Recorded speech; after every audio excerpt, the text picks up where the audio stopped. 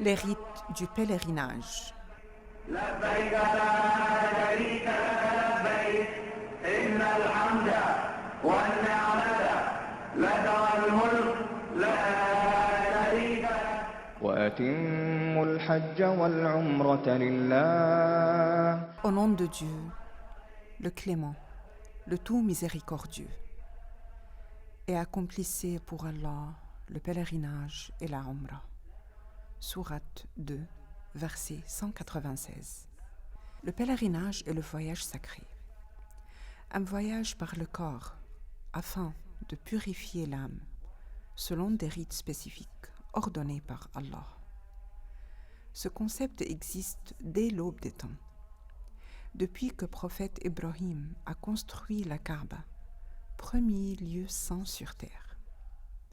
Le pèlerinage existe dans toutes les religions monothéistes et polythéistes. Le pèlerinage est le 5e pilier de l'islam. Le prophète dit dans un hadith rapporté par Al-Bukhari, « est le pèlerinage pour celui qui peut l'accomplir ». Quand les interprètes ont expliqué cette dernière phrase, ils ont dit « celui qui peut au niveau de la santé, de l'argent et de la sécurité ». D'ailleurs, Dieu a garanti la sécurité des pèlerins en situant le pèlerinage entre les 3 mois arabes sacrés, Dhul Qa'da, Dhul Hijjah et Al-Muharram. Un mois sacré, c'est-à-dire un mois où les guerres sont interdites.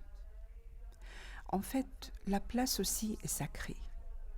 Dans un hadith rapporté par Ibn Abbas, le prophète prière et paix sur lui dit « Cette ville, Allah l'a rendue sacrée le jour où il a créé les cieux et la terre. Elle est donc sacrée par cette décision d'Allah et continua de l'être jusqu'au jour dernier. » Il ajouta « On ne doit pas y livrer combat, on ne doit pas couper ses épines, ni poursuivre son gibier. » Le pèlerinage est donc un voyage sacré, dans un lieu sacré et un temps sacré. C'est un voyage de vie. Pour plusieurs, c'est la consommation de la pratique religieuse, dernier pilier de l'islam. Et en plus, avec le pèlerinage, l'année hégire finisse. Tous les versets qui parlent du pèlerinage dans le Coran soulignent la crainte de Dieu, parce que c'est une mission qui n'est pas facile. Se déplacer moralement comme physiquement, avec un très grand nombre de personnes, différentes, mais ayant le même but. Que ce but alors soit la crainte de Dieu, afin de mieux comprendre ces rites symboliques, souvent jugés comme païens ou idolâtres. Mais puisque l'homme est fait de corps et d'âme, le voyage doit donc se faire à travers ces deux notions, dans cette dimension-là. Et une fois il est achevé, on aurait exécuté l'ordre du verset, accomplissez, connaissant le perfectionnement. Et quand nous indiquâmes pour Abraham le lieu de la maison, en lui disant « Ne m'associe rien et purifie ma maison pour ceux qui tournent autour, pour ceux qui s'y tiennent debout et pour ceux qui s'y inclinent et se prosternent. Et fais aux gens une annonce pour le Hajj, ils viendront vers toi, à pied et aussi sur toute monture, venant de tout chemin éloigné. » Sourate 22, versets 26 et 27.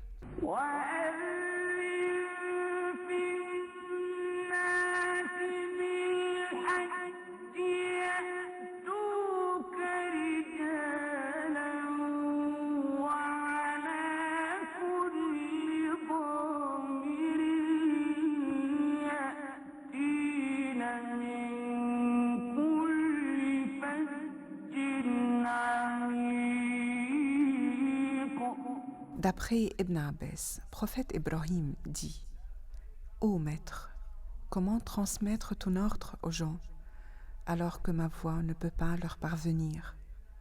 Le Seigneur lui dit « Lance ton appel et c'est à nous de le faire parvenir au destinataire. » Prophète Ibrahim monta sur sa station et dit « Ô humains, votre Seigneur s'est donné une maison. Venez-y faire le pèlerinage. Les montagnes laissèrent passer la voix du prophète Ibrahim, si bien qu'elle parvint aux confins de la terre et fut entendue par les âmes non encore nées.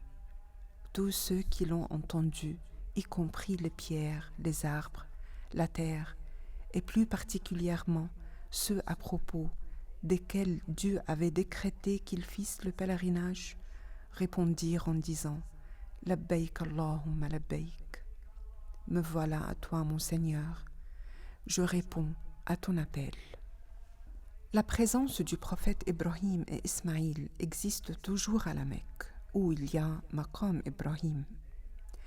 Au verset 125 de la sourate 2, Dieu dit « Adoptez donc pour lieu de prière ce lieu où Abraham se tint debout. » Il y a aussi Hijr Ismaïl, là où il est enterré.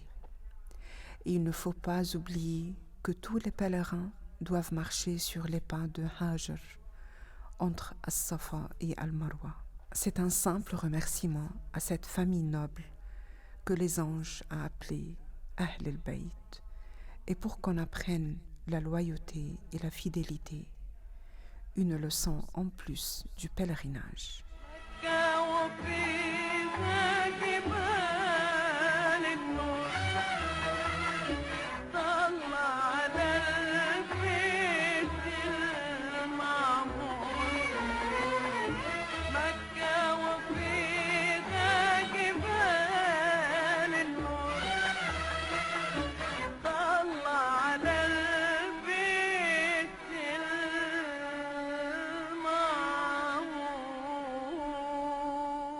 Le pèlerinage a 4 piliers ou obligations et 7 devoirs. Le premier pilier, c'est la sacralisation. Le deuxième, c'est le stationnement sur Arafat. Le troisième, c'est la procession autour de la Kaaba. Et le quatrième, c'est la procession entre As-Safa et Al-Marwa. La sacralisation, Al-Ihram, est juste l'intention du pèlerinage. Il est préférable de se laver avant la sacralisation, comme l'a fait notre prophète, prière et paix sur lui, et de faire 2 rak'as pour mieux vivre l'intention de la sacralisation. Le mot ihram en arabe vient de la racine haram. C'est comme on dit haram al-masjid, ou l'enceinte de la mosquée, marquant un respect religieux. Dès qu'on est en sacralisation, on appartient désormais à Allah.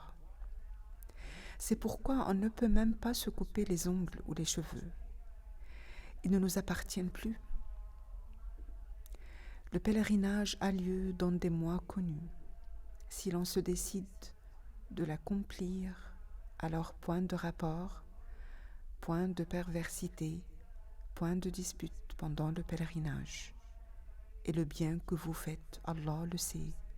Et prenez vos provisions, mais vraiment, la meilleure provision est la piété, et redoutez-moi, ô doué d'intelligence. Sourate 2, verset 197. Pour mieux sentir cet état de neutralité et d'être à l'écart d'ici-bas, en sacralisation, les hommes portent un vêtement blanc non cousu, et les femmes portent un habit couvrant tout le corps, sauf le visage et les mains. La sacralisation doit être faite d'une place précise qu'on appelle miqat, selon le point de départ de chaque pèlerin. Même les Mecquois ont une place de laquelle ils font la sacralisation. Afin d'accomplir Al-Hajj, 6 kilomètres loin de la Mecque, pour se préparer pour le pèlerinage et le considérer comme un voyage. La sacralisation comme intention et état est une obligation, mais le fait de l'accomplir du miqat, c'est parmi les devoirs, non pas parmi les obligations.